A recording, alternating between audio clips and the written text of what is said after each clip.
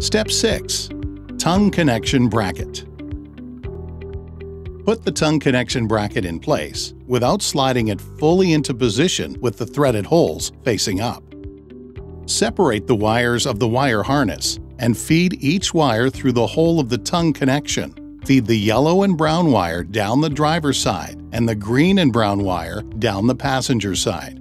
Slide the tongue connection bracket in place, being careful not to pinch any wires.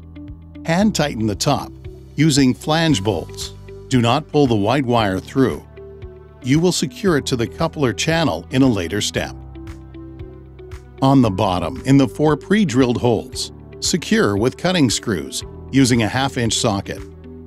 You can now tighten the top using a 9/16 socket.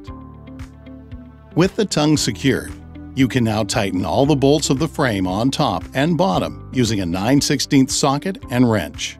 Hold off on tightening the top bolts if you plan on adding a plywood sheet to the deck.